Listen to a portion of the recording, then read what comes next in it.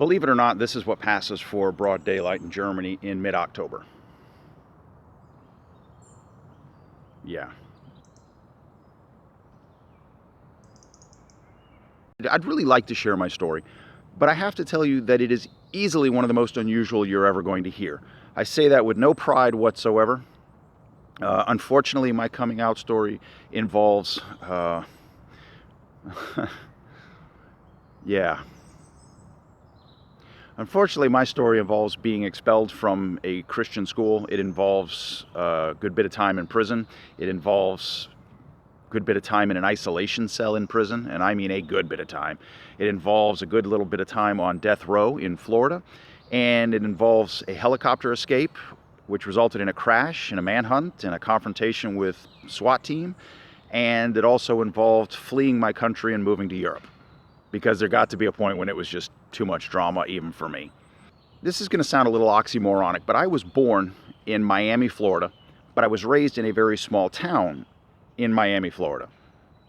Odd as that sounds, the town that I grew up in was right on the edge of civilization at the time, and the Florida Everglades, that world-famous enormous swampland, which is where my friends and I played when we were kids.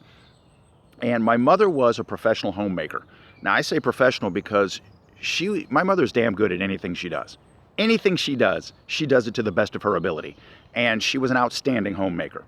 My father was a very well-respected executive with the phone company whose headquarters was in Miami. And in our small town, all social life revolved around the small Baptist church that was in town.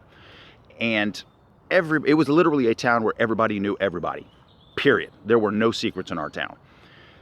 And the church really did, I don't want to say dominated social culture, but it really was the center.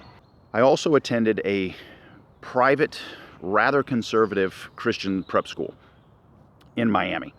And when I was 14 or 15, I cannot remember how old I was, I had an incident at school where I was effectively outed for being gay. And my family had no idea that I leaned that way.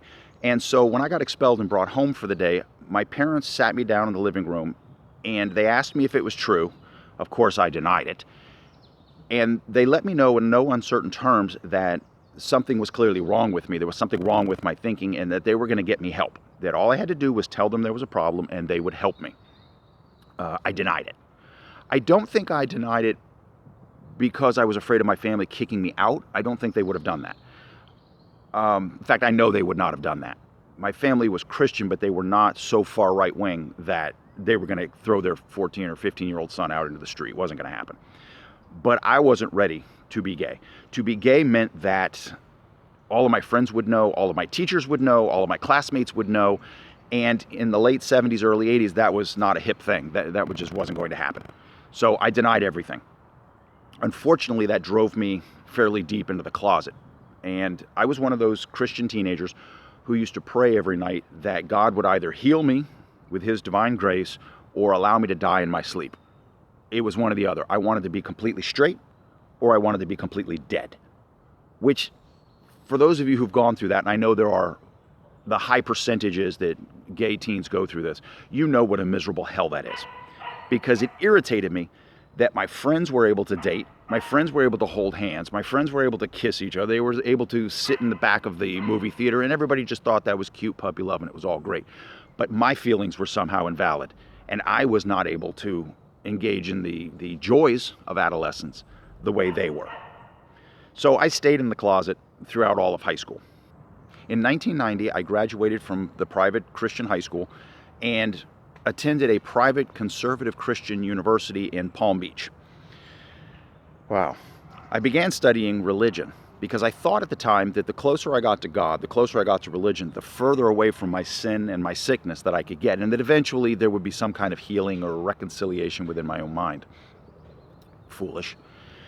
So I just got more miserable is what happened.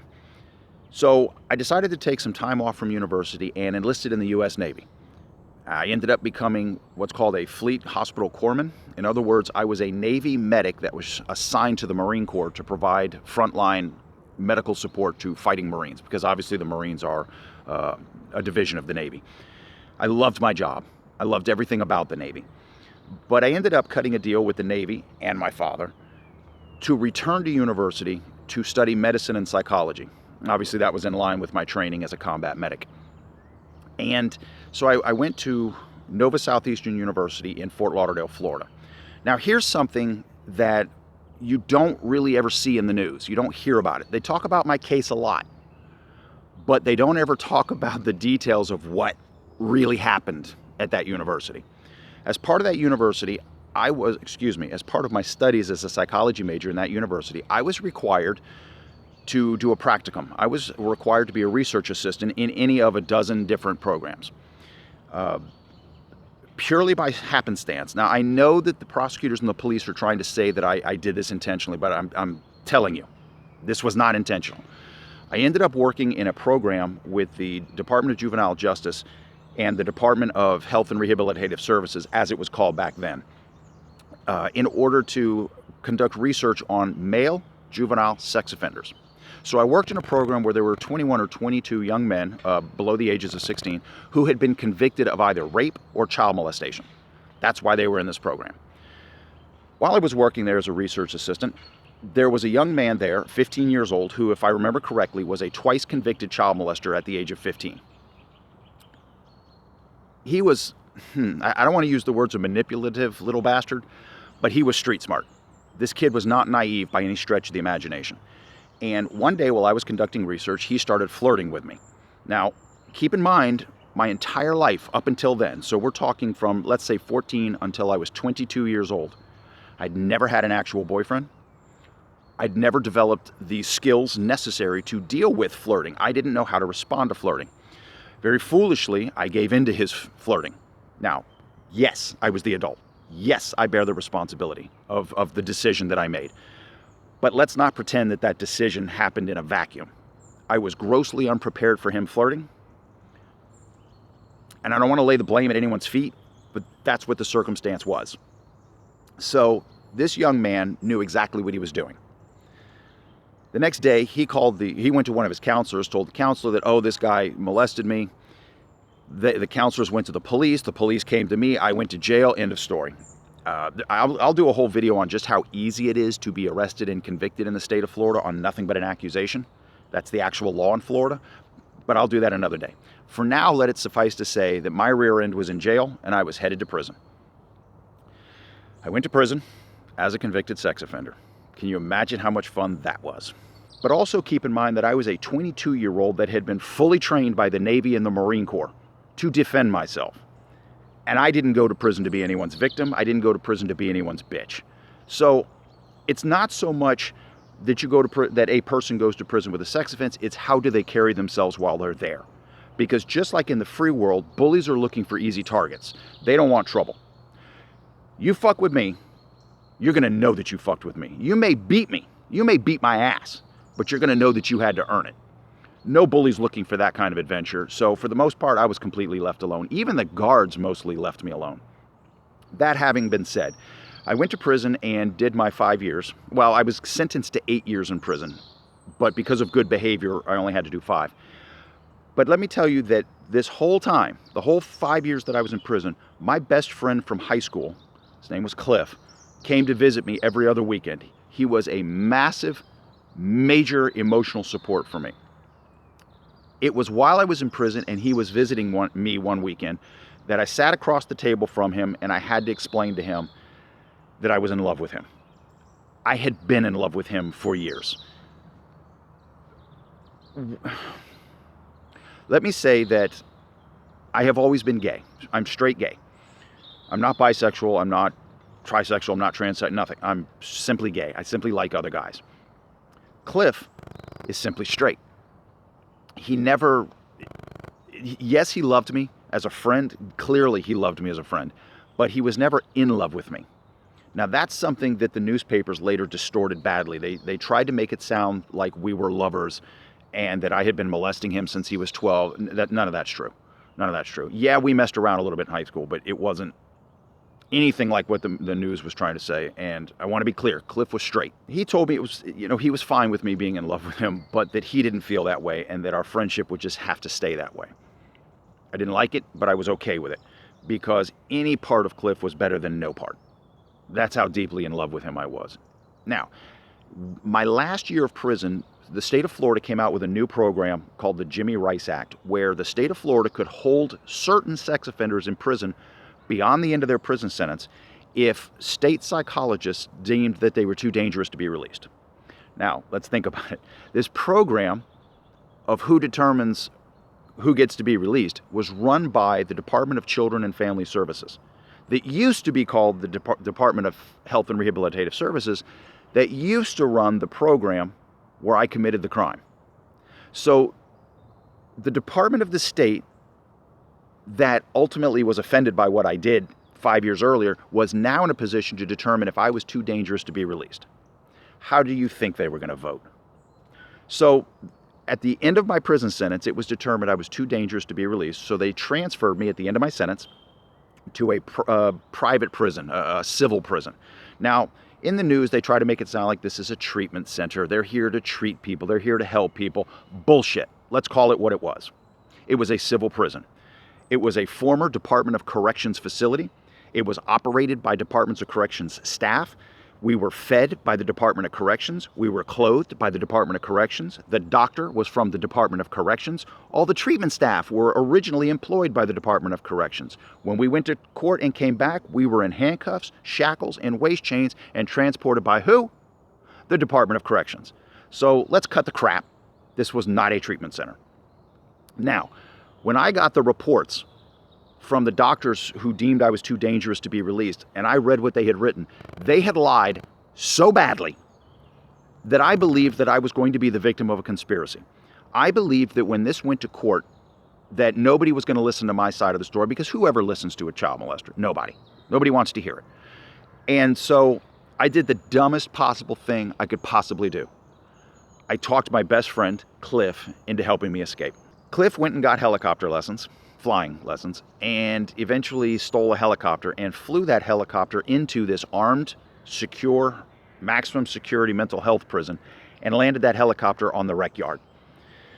I hopped an internal fence, walked out to that aircraft, boarded it, and we left.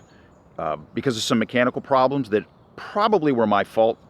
I'm not sure, because a lot of it was kind of a blur, but I think I unbalanced the aircraft when I boarded it. The aircraft made it over the fences, made it off of the property, made it into above an orange grove south of the prison, where we suffered mechanical failure and crashed.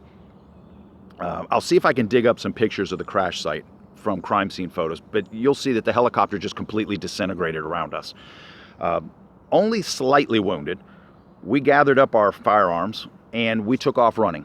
And there was a 40-hour, I think, manhunt by hundreds of officers, several SWAT teams, several canine units, and I'm missing somebody.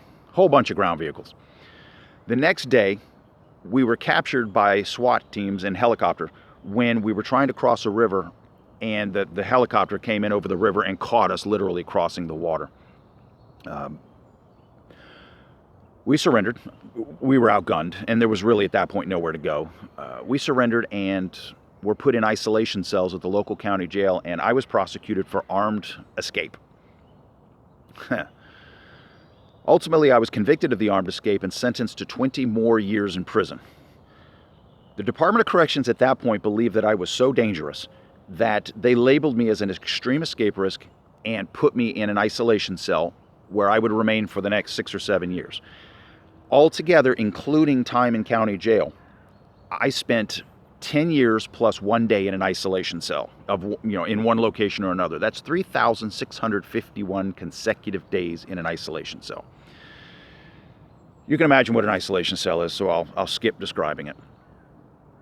But I need you to know that on being returned to the Department of Corrections, the Department of Corrections housed me in the highest security cell they could find, which was on death row. And so I ultimately served 1 year out of those 10 years in isolation on death row, directly above the death chamber. So here I am, many years later. I was released from prison in 2016. Life was hell. I moved into a small city where some family friends made a home available to me. And for the next 2 years, I struggled as a convicted sex offender to get back into university. I've been denied 12 times I've been denied. I tried to get a decent job, a job that I could actually live on. Couldn't do it. The only job I could get was in a fast food restaurant that hired sex offenders because they could kind of treat sex offenders the way they wanted to. They could pay them what they wanted to because the sex offenders couldn't go anywhere or do anything better. They were stuck there. I was stuck under the sex offender registration restrictions, meaning I couldn't just travel where I wanted to go. I couldn't just do what I wanted to do. Socializing, no way. In that small town, not only was I a convicted sex offender, but I was gay on top of it. Non-starter. And eventually in 2018, the United States Congress passed a new law requiring sex offenders to turn in their passports. I wasn't going to do that. So I fled the country in May of 2018 and now make my home in Germany. Interestingly enough, everything that I went to prison for, the sex with the 15-year-old, the armed escape, are not crimes here in Germany. The German government does not consider me a criminal. Interesting. So that's my coming out story. Unusual, I'm sure, but not necessarily different from anyone else's. I would absolutely love to hear people's comments on what they think about this, good or bad. I'm curious. But as I struggle to get my life going in Europe, as I struggle to get on my feet, I really want to continue making these videos, and I'm going to need better equipment. Please consider contributing to my GoFundMe account so that I can make better videos. I'm stuck with the quality of video I have because of the quality of the equipment I have. So having said that, let me thank you for watching. I really appreciate it. And if you enjoyed this video, please share it. In the meantime, let me wish you a schönen Morgen. Tschüss.